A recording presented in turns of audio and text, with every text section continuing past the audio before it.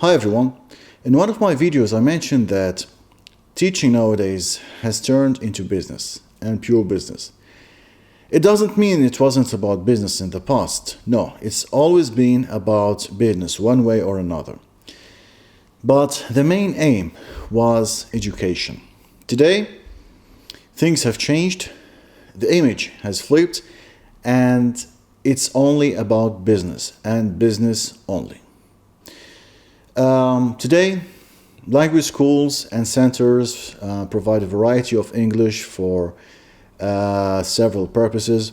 And while they are trying to do that, they keep hiring new people to replace the teachers they lose.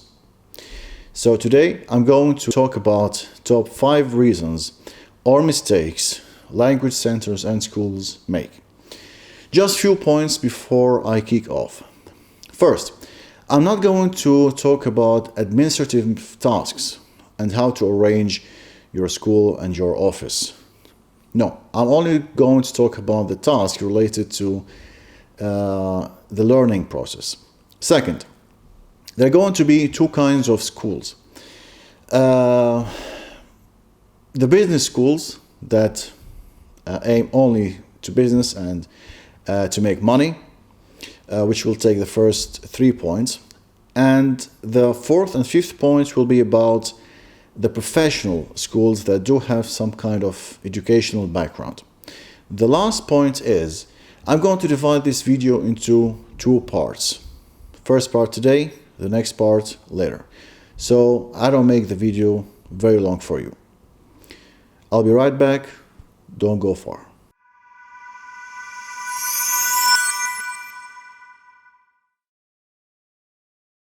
One, anyone can start a project.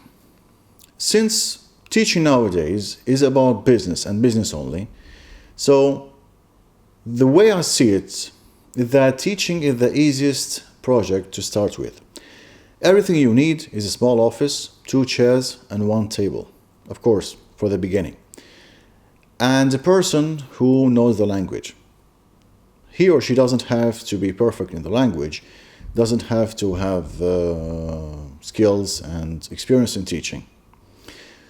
Your level of English or the language you are teaching isn't important. Simply, you are not going to teach.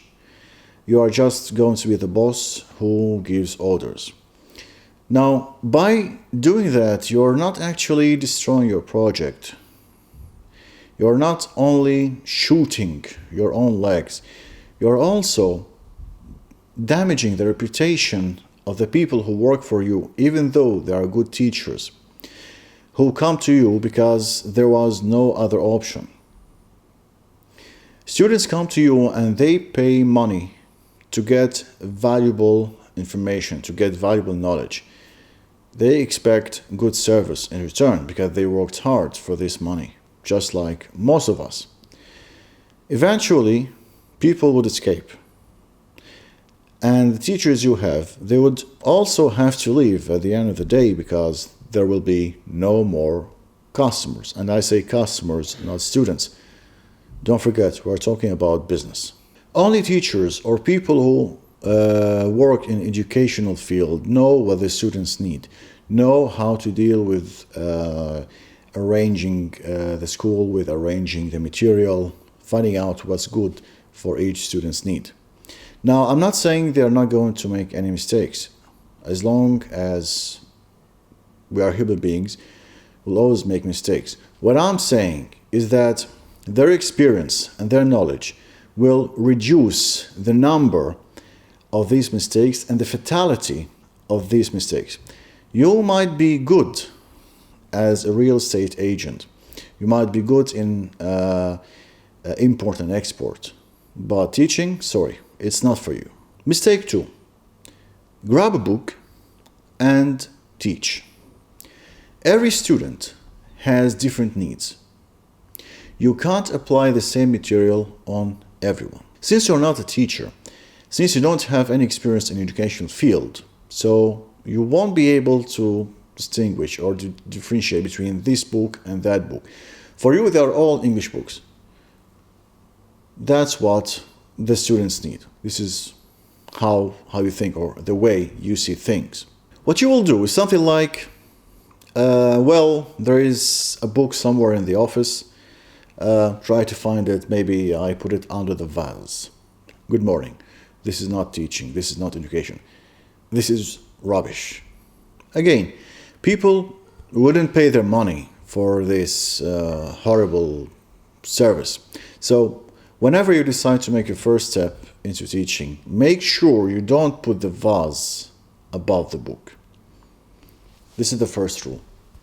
Second rule, if you don't have time to learn something about teaching, you can simply ask someone to help you, at least in the beginning, at least until you stand up on your feet and learn something about how education should be.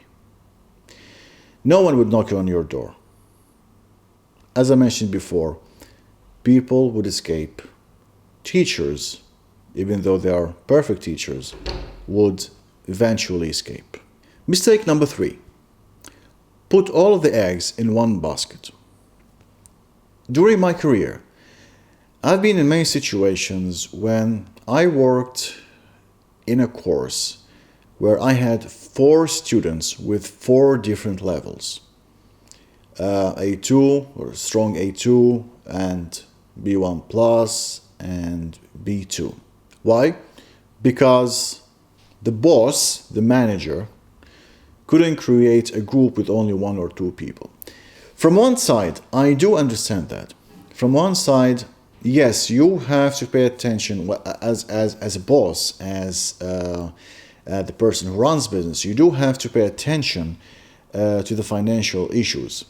But if you cannot make a group or create a group, or you don't have enough people to create a group, you can change this project from a group project into an individual project.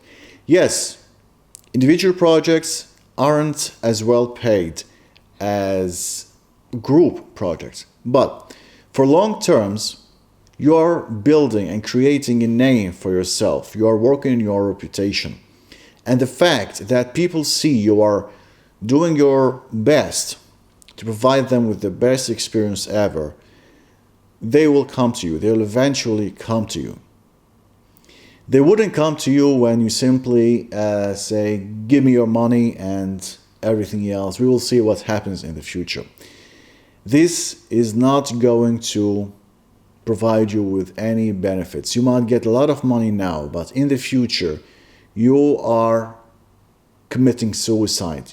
And I'm talking about the career suicide, the professional suicide, of course, not the physical suicide. So, these were the first 3 mistakes that schools and language centers make when they are trying to meet the students' demands. These reasons or these mistakes were, as I mentioned before, about schools that wanted to start a project only for the sake of money and nothing else but money. No educational aim, nothing at all. Money and business, and that's it. In my next video, I'll be discussing the other 2 mistakes about the professional schools. What mistakes I think they make. Now, if you have any stories to tell, if you have some comments, if you have some ideas to share and discuss, please be sure to mention them and to write them in the comments. Thank you very much for watching. I'll see you later with the second part of the top 5 mistakes courses make.